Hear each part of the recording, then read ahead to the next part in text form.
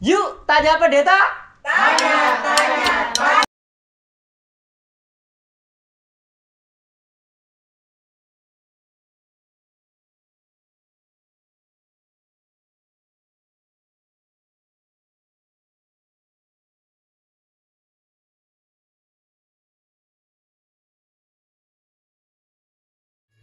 Shalom Bapak Ibu Saudara sekalian semuanya. Selamat pagi.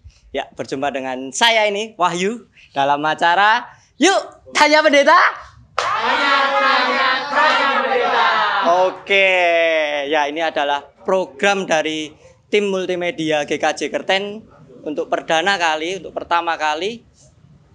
Mari kita sedikit memberikan apresiasi untuk tim multimedia ketika harus bekerja keras di dalam pandemi seperti ini. Kita beri aplaus dulu untuk tim multimedia GKJ Kerten. Ya, setelah beberapa hari kemarin sudah di-share di grup ataupun di Instagram, Facebook tentang mari tanya-tanya pendeta. Kita mau mengupas tuntas atau menanyakan sesuatu, entah itu yang berhubungan dengan gereja ataupun yang berhubungan dengan pribadi dari pendeta. Ya, di sini saya tidak sendirian, ada narasumber yang pertama yaitu, monggo Bapak. Halo saudara-saudara yang terkasih, saya Heri Yuda, berpelayanan sebagai pendeta di GKJ Kerten. Tuhan memberkati. Ya, itu tadi. Di sini kita langsung saja ketika harus begini Pak. Kemarin kita dari tim multimedia. Jadi, wah kayaknya asik nih. Kita punya program baru. Antaranya biar lebih dekat, lebih mengenal lagi tentang apa tuh? Mungkin tugas pendeta. Siapa tuh pendeta itu sebenarnya? Apa yang menjadi tujuan dari pendeta itu sendiri? Seperti itu, Bapak. Oh iya. Nah, kemarin banyak ketika kita share, ayo mari warga jemaat bertanya ke Bapak. Ya, pertanyaan kemarin ada yang pertama yang unik dari pertanyaan dari siapa ya? Si Bro ini namanya, si Bro. Pak, izin bertanya, apa arti kemerdekaan menurut orang Kristiani? Oh, mungkin ya. Bisa dijelaskan terlebih dahulu. Ya, halo Mas Bro, terima kasih pertanyaannya. Ya, tentang kemerdekaan ini pas kita di bulan Agustus dan semangat kemerdekaan itu ada. Nah, kemerdekaan itu apa toh Pak? Gitu ya. Pertanyaan dari Mas Bro tadi ya. Pak. Nah, kemerdekaan pada prinsipnya adalah kebebasan atau dibebaskan. Sehingga saya, Mas Wahyu, atau siapapun itu sudah tidak memiliki lagi tanggungan atau terbelenggu atas situasi kondisi di dalam kehidupan kita. Itu merdeka. Nah, di dalam iman Kristen, merdeka itu adalah anugerah. Ya, anugerah. Sebab mengapa? Sebab kita ini dimerdekakan.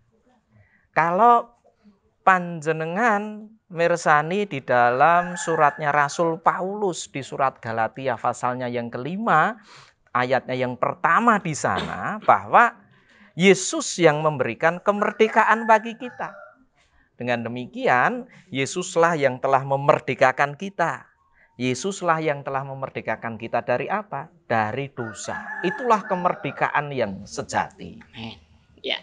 Nah, itu Mas Wahyu. Ya, itu tadi pertanyaannya. Kemerdekaan itu adalah anugerah. Iya, Seperti itu nggih, Pak? Nggih. Tuh. Nah, ketika masa-masa PPKM seperti ini ya, Pak ya. Dalam artian pandemi seperti ini yang PPKM mungkin diperpanjang lagi. Nah, kemarin juga ada yang bertanya, apa yang paling dirindukan dari ibadah offline atau onsite? Seperti itu. Oke. Situasi atas kondisi yang terjadi terlebih ketika adanya PPKM, kita harus mengerti dan memahami, itu yang pertama dulu. Mengapa toh harus ada PPKM? Ya, karena situasi dalam rangka memutus adanya COVID-19 di dalam perkembangannya. Dan gereja memiliki tanggung jawab yang sama, sebab gereja adalah bagian dari kehidupan masyarakat. Nah, salah satu bentuknya adalah menghormati akan peraturan pemerintah terkait dengan pelaksanaan ibadah. Maka ibadah di GKJ Kerten ya sudah beberapa minggu ini ya Mas ya. Iya, Pak. Ya, sudah beberapa minggu ini harus dilaksanakan secara online. Apa sih kerinduan di dalam onsite? Waduh, kerinduannya sangat besar sekali. Kerinduan untuk bersekutu, kerinduan untuk beribadah bersama, kerinduan untuk bertemu, untuk memberikan ucapan salam dan menyatakan cinta kasih. Sehingga terwujudlah persekutuan yang indah. Namun dalam hal ini jangan khawatir saudara. Walaupun kita tidak bertemu, kita tetap bersekutu. Nah, seperti halnya saat ini. Saudara bisa bertanya, saudara bisa terlibat, bahkan saudara pun bisa ikut serta di dalam kehidupan bergereja dengan memberikan renungan, doa, ataupun ucapan selamat pagi, serta menyatakan damai melalui sarana digital yang ada. Mekaten Mas Wahyu. Siap, terima kasih Pak. Intinya adalah kita harus selalu mendukung untuk program dari pemerintah. Betul. Yuk, tanya pendeta. Tanya pendeta. Siap. Nah, untuk tempat di lokasi saat ini itu di salah satu warga jemaat ya Pak? Iya betul, di dalamnya Pak Agus Budianto. Dan sungguh sangat luar biasa tempatnya, nyaman dan menyegarkan. Namun jangan salah, kita tetap melaksanakan protokol kesehatan. Iya, itu yang terpenting. Iya. Dan tentunya kita berterima kasih kepada Pak Agus Budianto. Iya. Ini daerah mana ya Mas ya ini ya? Ini di daerah Denggungan. Oh, Denggungan ya? Iya. Oh, nggih.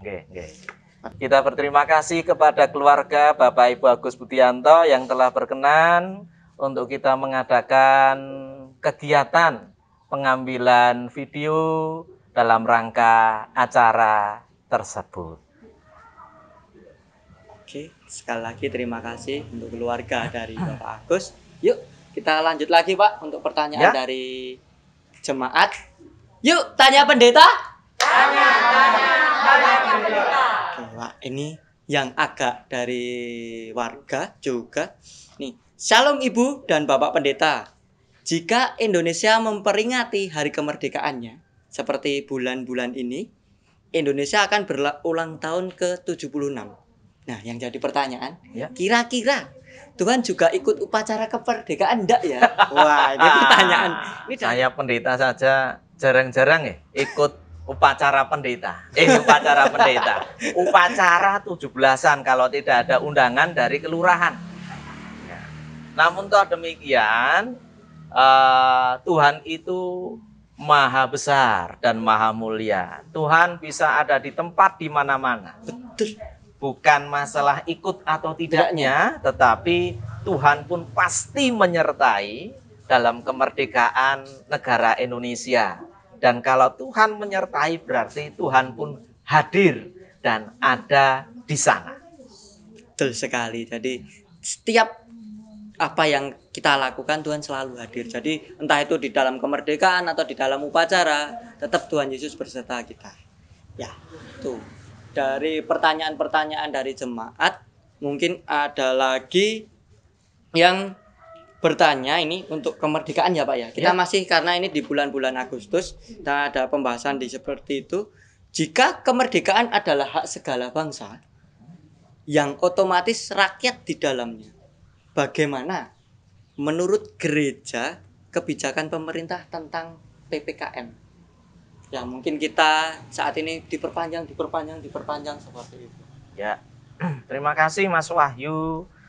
Saudara, kaitan antara PPKM dan gereja itu sangat erat.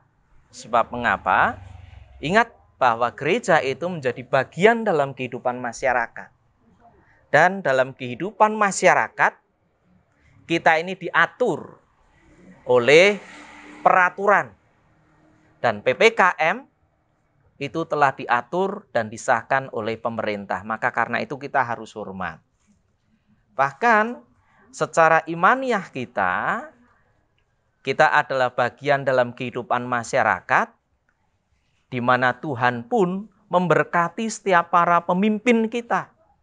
Maka ketika kita hormat kepada para pemimpin, maka kita pun hormat kepada Allah. Ngoten Mas Wah. Berarti dengan kita mendukung program pemerintah, kita juga menghormati.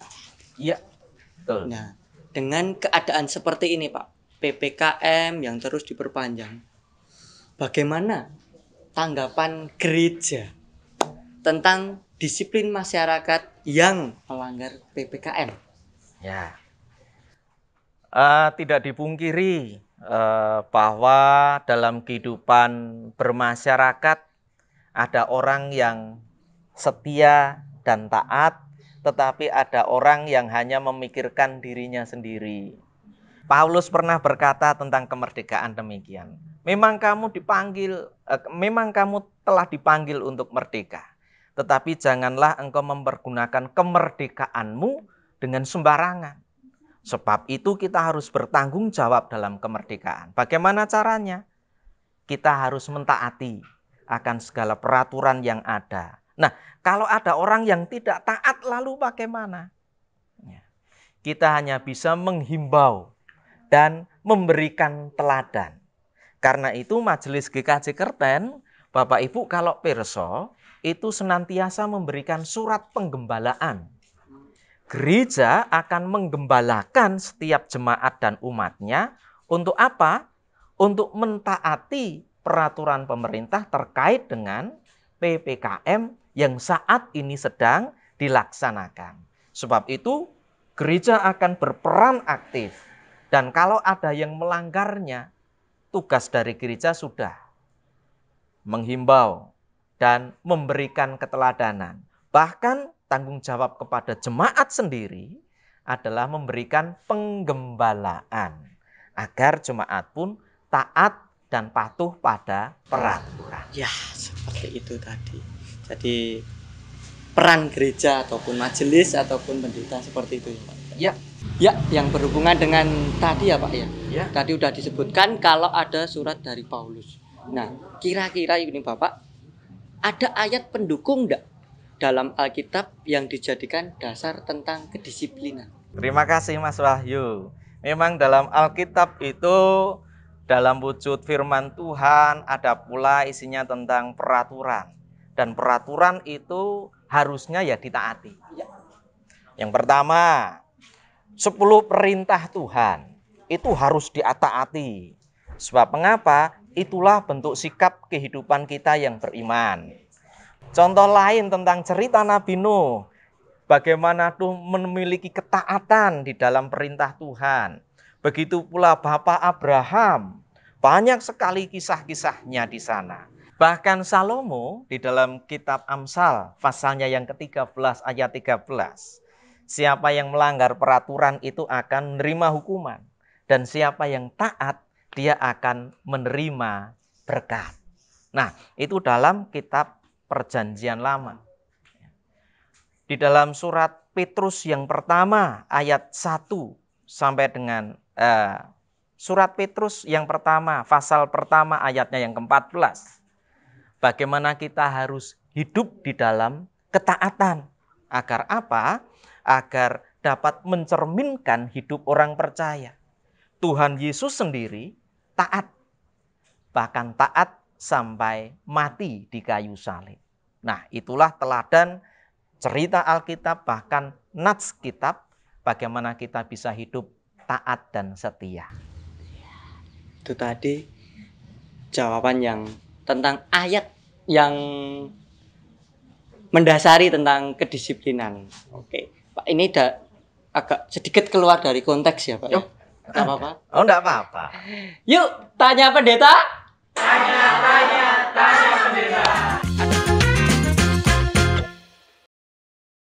ada pertanyaan dari Stefanus Surya.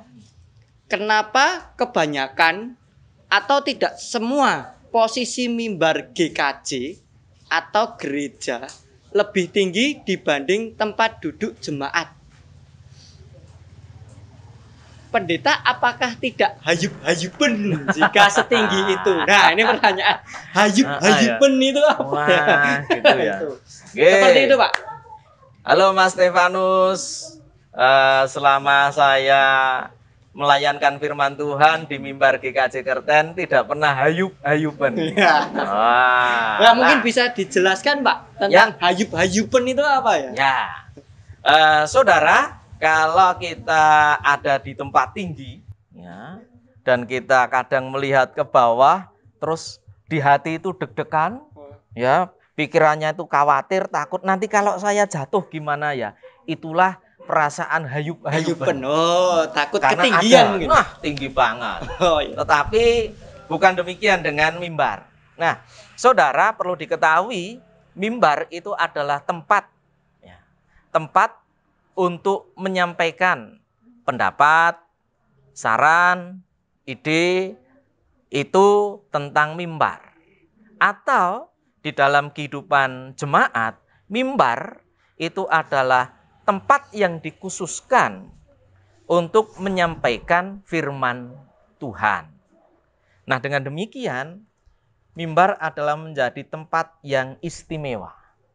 Nah, kadang sering karena sifatnya istimewa nih Mas Wahyu, ya maka dibangun, dibentuk secara istimewa. Ya. Memang tidak semua gereja memiliki mimbar yang tinggi. Nah, mengapa di GKJ Kerten demikian rupa? Satu, bahwa mimbar adalah tempat di mana Allah menyatakan firman-Nya melalui seorang pengkhotbah. Maka dilambangkan bahwa Allah yang maha tinggi dan maha mulia itu melalui pengkhotbah menyampaikan firman-Nya. Tempat itu dibuat sedemikian rupa. Jadi kesannya mengambang, seperti terbang gitu. Ini dengan maksud karena Allah memang maha mulia.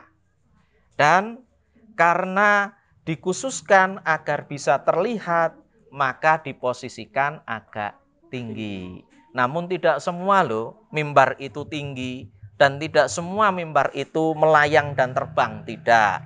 Namun itulah yang ada di gereja kita. Ngoten Mas Wahyu. Iya, berarti tidak hayup-hayupen ya? Iya, enggak ayub-ayuben, iya. malah sukacita Malah ada sukacita. di mimbar. Karena mengapa? Kita dipergunakan Allah, kita dipercaya oleh Allah untuk menyampaikan firman-Nya. Itu tadi seperti hayup-hayupen tadi, ini masih ada hubungannya. Oh, dengan hayup-hayupen. Dari pertanyaan cuman tidak ada namanya nih. Jadi ada pertanyaan dari warga juga. Shalom Pak Pendeta.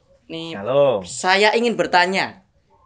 Sebenarnya tidak sengaja tidur saat sedang khotbah di gereja, apakah berdosa? Wah. Nah, cuman yang jadi kemarin saya baca pertanyaan ini, yang tidur pendetanya atau warganya, saya kurang bingung. Kurang tahu ini Pak, jadi masih bingung. Mungkin bisa dijawab dua-duanya. Oke. Ya, tidur saat mendengarkan firman Tuhan di gereja. Berdosa enggak ya? Waduh, Itu Pak. itu ya. Saudara, yang namanya ngantuk sampai keturun, ya, itu manusiawi Mas Wahyu. Siapapun bisa mengalami.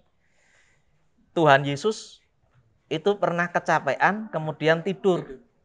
Ketika para murid ketakutan ada badai di tengah lautan. Nah, sehingga masalah ngantuk dan tidur itu sekali lagi itu manusiawi. Bisa terjadi, bahkan bisa terjadi ketika sedang mendengarkan firman Tuhan.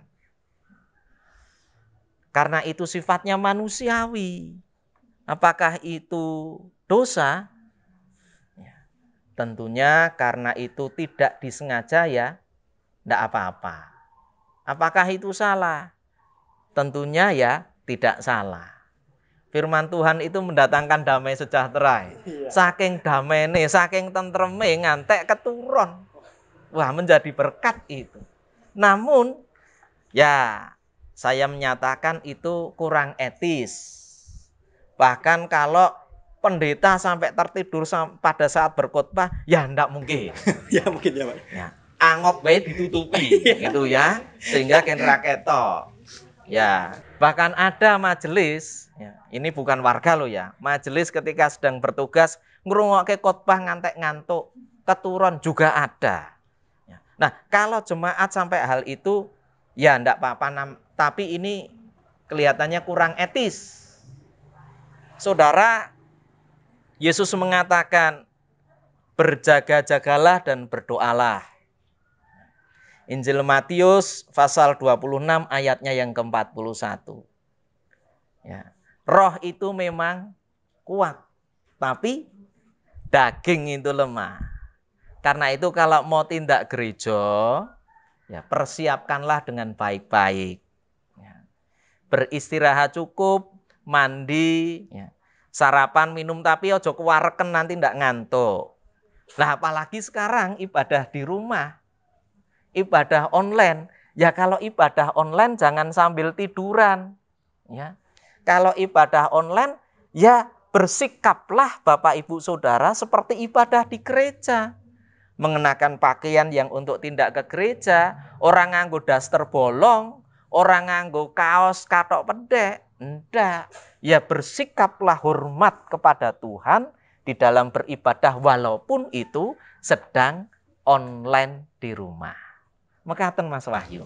Pak, untuk tidak tidur tadi ya Pak ya. Iya. Seperti itu. Jadi kita harus mempersiapkan diri untuk ketika mau beribadah. Ya, untuk pertanyaan terakhir ya Pak ya. Wah, nggih. Yuk, tanya pendeta. Tanya pendeta. Ada pertanyaan, apa ayat yang selalu menjadi pegangan hidup Bapak Ibu Pendeta? Wah, gitu ya.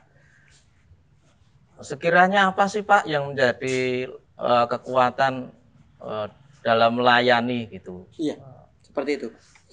Saudara, Alkitab itu adalah firman Tuhan yang utuh. Sehingga nats favorit apa sih Pak Pendeta? Gitu ya. Semua nats dalam Alkitab itu favorit saya. Sehingga dengan demikian, apa sih yang menjadi motivasi dalam melayani? Motivasi saya dalam melayani adalah memperkenalkan akan cinta kasih Tuhan dan menyatakan damai sejahtera. Demikian Mas Wahyu. Ya, seperti itu tadi.